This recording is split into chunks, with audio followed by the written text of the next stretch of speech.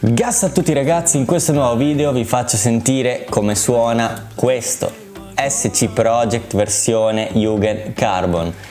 Vi farò sentire come suona da freddo, quindi minimo dei giri, ma anche come suona in movimento, quindi restate connessi e adesso sigla!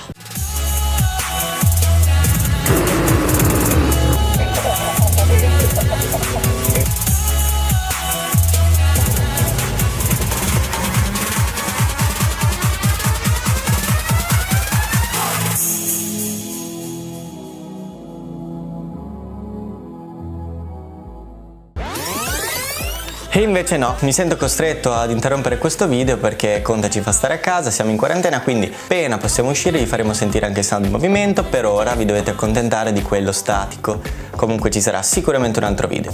Benissimo, come vi dicevo questa è la versione Jugend Carbon. In realtà esistono due versioni differenti, il Titanium e il Carbon, che vengono venduti alla stessa maniera, Jugend Carbon, si chiamano uguali. Comunque la differenza è che Jugend Titanium avrete lo scarico in titanio e il fondello in carbonio, Jugend Carbon tutto lo scarico sarà in carbonio. Questo è uno slip-on, di fatto ve lo faccio vedere. Fatto lo slip-on, quando comprerete la versione Jugend Carbon vi venderanno la parte terminale, questa qui che vedete, con il fondello in carbonio, mentre collettori e catalizzatore, che è là sotto il puntale, rimarranno quelli originali, quindi se poi li volete comprare sarà un'altra spesa da fare.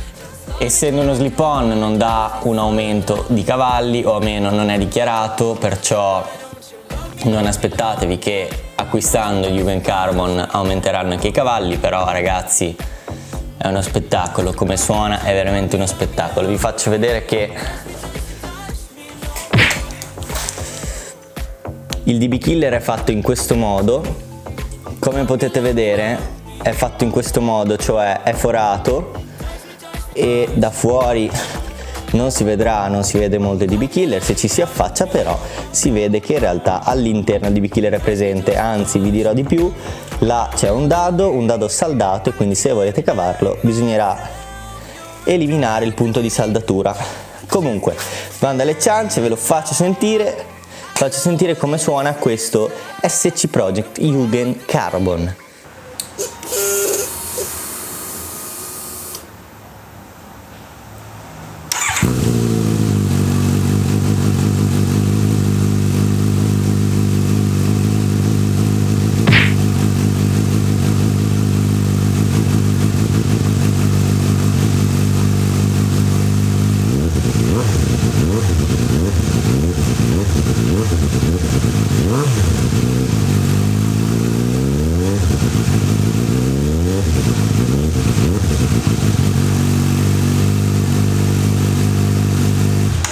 Vi garantisco che quando si scalda suona ancora meglio.